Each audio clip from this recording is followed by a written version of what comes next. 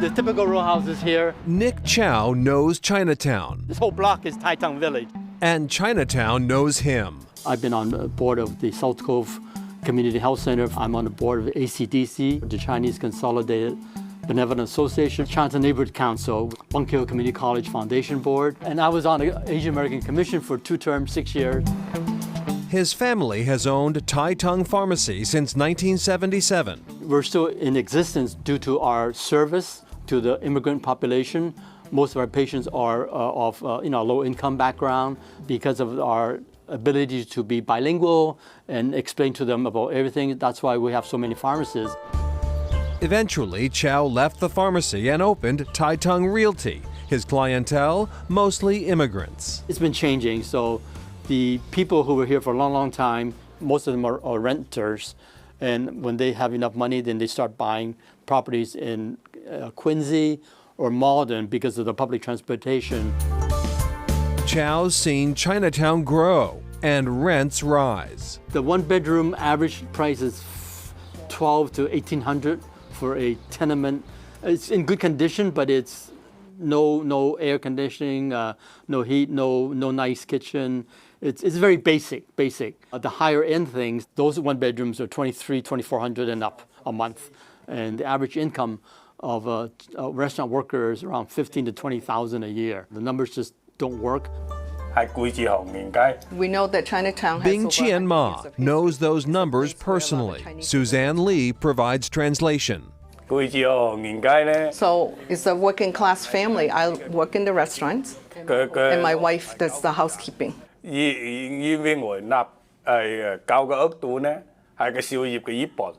So right now we're paying about half of what I earn for rent. Ma works with the Chinese Progressive Association to fight for more affordable housing in the neighborhood. Karen Chen is the executive director. One of the biggest issues we have been seeing, in the last, 10 years is really around housing. Because we serve a lot of immigrant families, jobs, economic justice is also a huge issue because it goes hand in hand. According to the Asian American Legal Defense and Education Fund, since the year 2000, low-income housing in Chinatown decreased by more than 50%, while market-rate housing increased 146%. In the last 18 years or so, Chinatown's housing stock has doubled. So we have a lot more housing than we used to, but the bulk of it is luxury. Currently in Boston, developers who build more than 9 market-rate units are required to have 13% of those units set aside for affordable housing.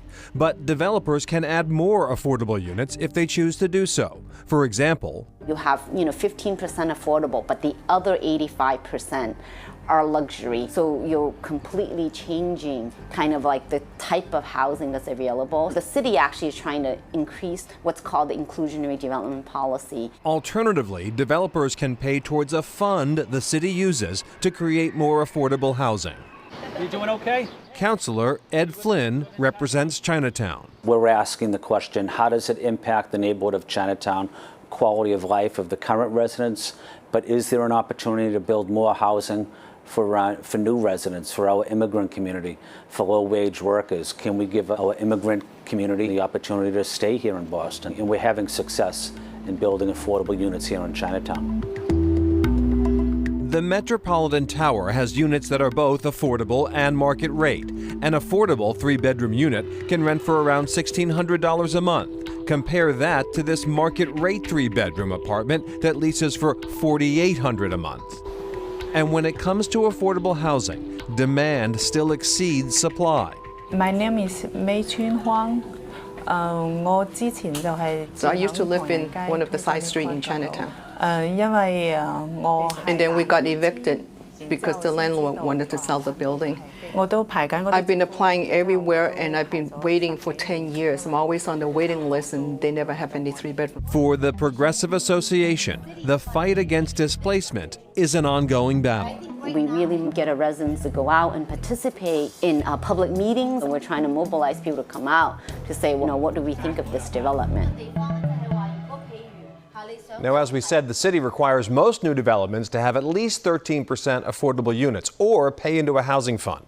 City Councilor Ed Flynn recently proposed raising the required percentage to 18%, and he would like to see developers contribute to the fund regardless of how many units they build.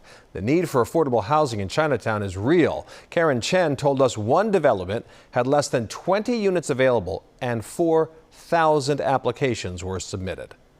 Up next, attacking the affordability gap.